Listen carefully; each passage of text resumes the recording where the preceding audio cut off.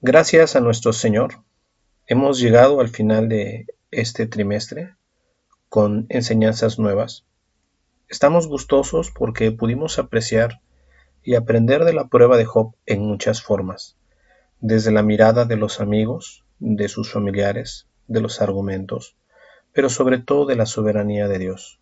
Fue amplia la enseñanza y ahora después de esto queremos más de su palabra.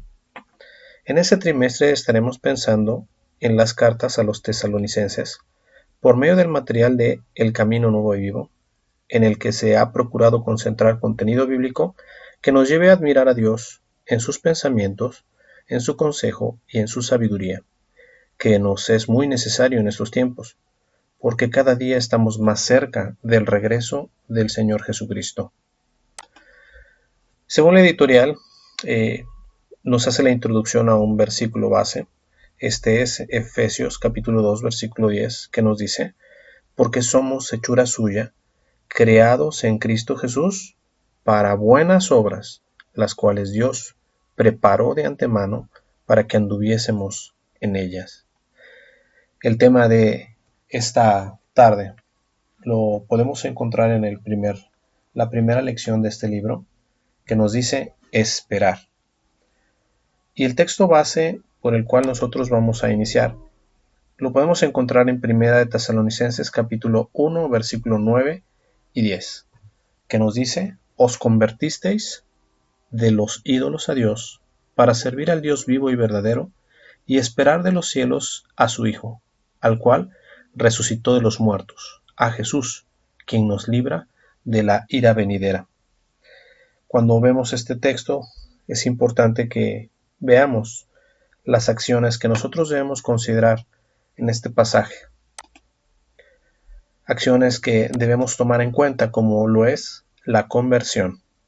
Esta es una palabra que describe lo que en otros pasajes de la Biblia se le llama arrepentimiento. Convertirse lleva por resultado a la salvación, que incluye el hecho de que una persona no se aparta del pecado, ni asiste a dioses falsos, que también podemos llamar de otras maneras en nuestros tiempos. Convertirse también nos habla de cambios que en el cristianismo son rotundos y son visibles.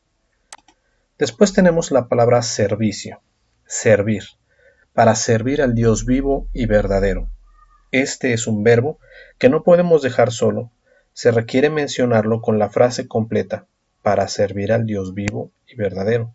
Aquellos que se convirtieron a Cristo abandonaron por completo la adoración de los ídolos muertos, pero también se convirtieron por voluntad propia en siervos de Dios, del Dios vivo. Aunado a esto, veamos y consideremos que servir es poner a disposición de otra persona nuestro trabajo, nuestro tiempo, nuestra fuerza o nuestra voluntad. Pero, cuando se habla de servir a Dios, no podemos mencionarlas por separado, debemos comprenderlos en un resumen, como nuestra vida para el servicio a Dios en su totalidad. Esto es el compromiso que se encuentra implícito en la respuesta por gratitud a nuestro Señor Jesucristo. Esperar, nos dice este versículo, y esperar de los cielos a su Hijo, al cual resucitó de los muertos, a Jesús, quien nos libra de la ira venidera.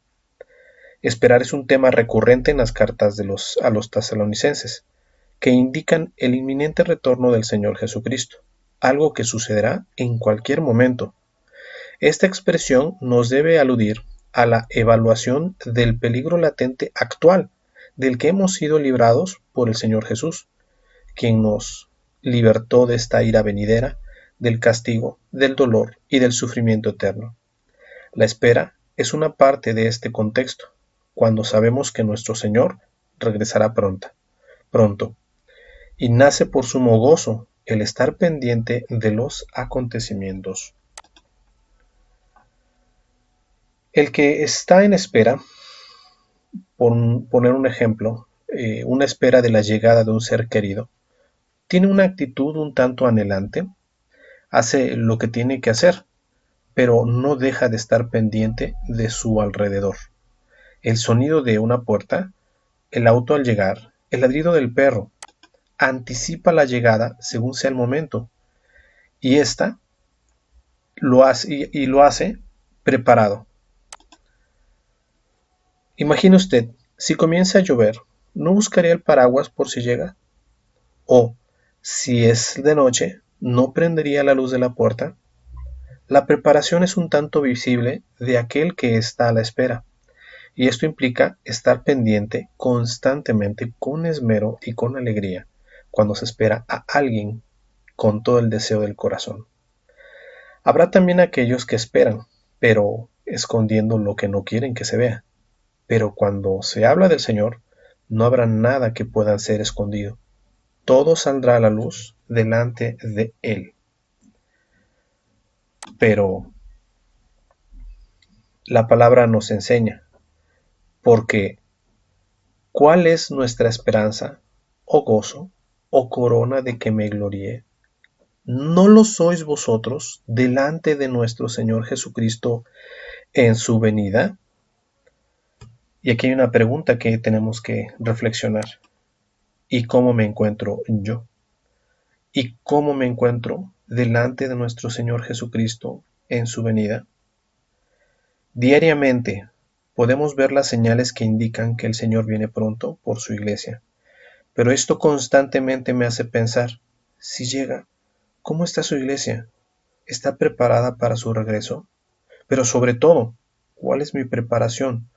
¿O cuál es mi lugar en esta espera? Por esto les invito a que puedan hacer ustedes una lectura en Primera de Tesalonicenses capítulo 1, versículo del 1 al 10. Yo voy a iniciar en el versículo 2. Cuando nosotros pensamos en este versículo, en este trimestre va a tener un tiempo de reflexión sobre lo que la Biblia enseña acerca de nuestro comportamiento, sobre la venida de nuestro Salvador.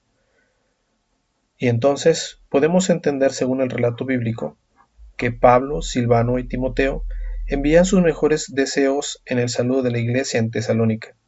Paz y gracia de nuestro Dios y Señor Jesucristo. Y eso es lo que tenían presente constantemente en sus oraciones. La palabra de Dios nos muestra parte de las prácticas continuas como siervos de Dios en oración constante, en oración con amor y en oración con propósito. Pablo remarca, recordándoles que constantemente, delante de Dios y Padre, oran sin detenerse y lo hacen con propósito, por la obra de vuestra fe, que hizo posible que se convirtiesen de los ídolos para servir al Dios vivo y verdadero, pero también para esperar a su Hijo venir de los cielos. Es posible aquí ver que ante la espera del Salvador, aquellos creyentes estaban cumpliendo con los deberes ministeriales como resultado de estas tres actitudes espirituales. La primera es conversión de los ídolos a Dios, la segunda es servir al Dios vivo y verdadero, y la tercera, esperar de los cielos al Señor Jesucristo, quien nos libra de la ira venidera. Tres eslabones que forman una cadena fuerte: renunciar al pecado y aborrecerlo, cambiar prácticas e ideologías por la verdad de Dios, manifestando como resultado el servicio constante, pero además no dejando de esperar el cumplimiento de la promesa del regreso de nuestro Señor y de nuestro Salvador durante el servicio, que comprueba lo que más adelante afirman los siervos, un trabajo que es visible delante de los hombres. Porque conocemos, hermanos amados de Dios, vuestra elección, pues nuestro Evangelio no llegó a vosotros en palabra solamente, sino también en poder, en el Espíritu Santo y en plena certidumbre, que estaba siendo demostrada por el trabajo y los cambios en esta iglesia. También destacamos que esta iglesia de Tesalónica fue nombrada y elogiada por Pablo como ejemplo para los de Acaya y Macedonia, por ser creyentes modelos de una vida ejemplar a los demás, y no solo por Pablo, sino por el hecho que era conocido, y nos referimos a que donde quiera que los tesalónicos se dirigían, el Evangelio de Cristo se daba a conocer y era escuchado, seguramente por el testimonio de ellos. Como resultado, se dio una expansión en Tesalónica, en Acaya, en Macedonia y en otros lugares. Ahora asimilemos.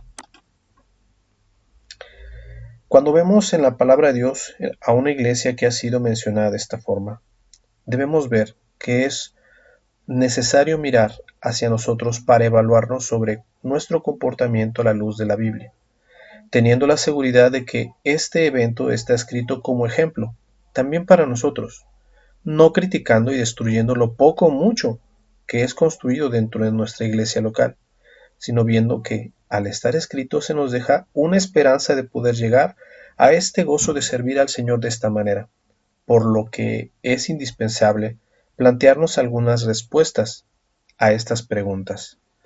Primero, ¿qué hace patente la seguridad de la elección de Dios en usted? ¿Cómo se debe entender el poder de Dios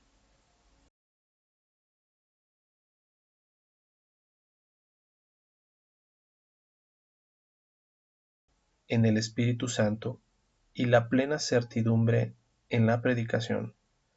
¿Puede alguno que es convertido no obedecer o no servir al Señor? Y por último, ¿qué entendemos con nos libra de la ira venidera? Esto último, en función de nuestra necesidad, nosotros fuimos librados de esa ira que caería sobre nosotros. Como pensamiento final, quisiera mencionar que sabemos que el Señor viene pronto. Todos lo saben, todos lo entienden, todos los que son creyentes lo conocen, pero debemos seguir preguntándonos, ¿qué estoy haciendo? ¿Qué estoy manifestando ante el retorno del Rey? Si los hechos hablan, ¿qué dirán de mí? ¿Qué dirán de la iglesia? Porque yo soy parte de la iglesia y la iglesia es de Cristo. Pensemos esto y dejémoslo como reflexión.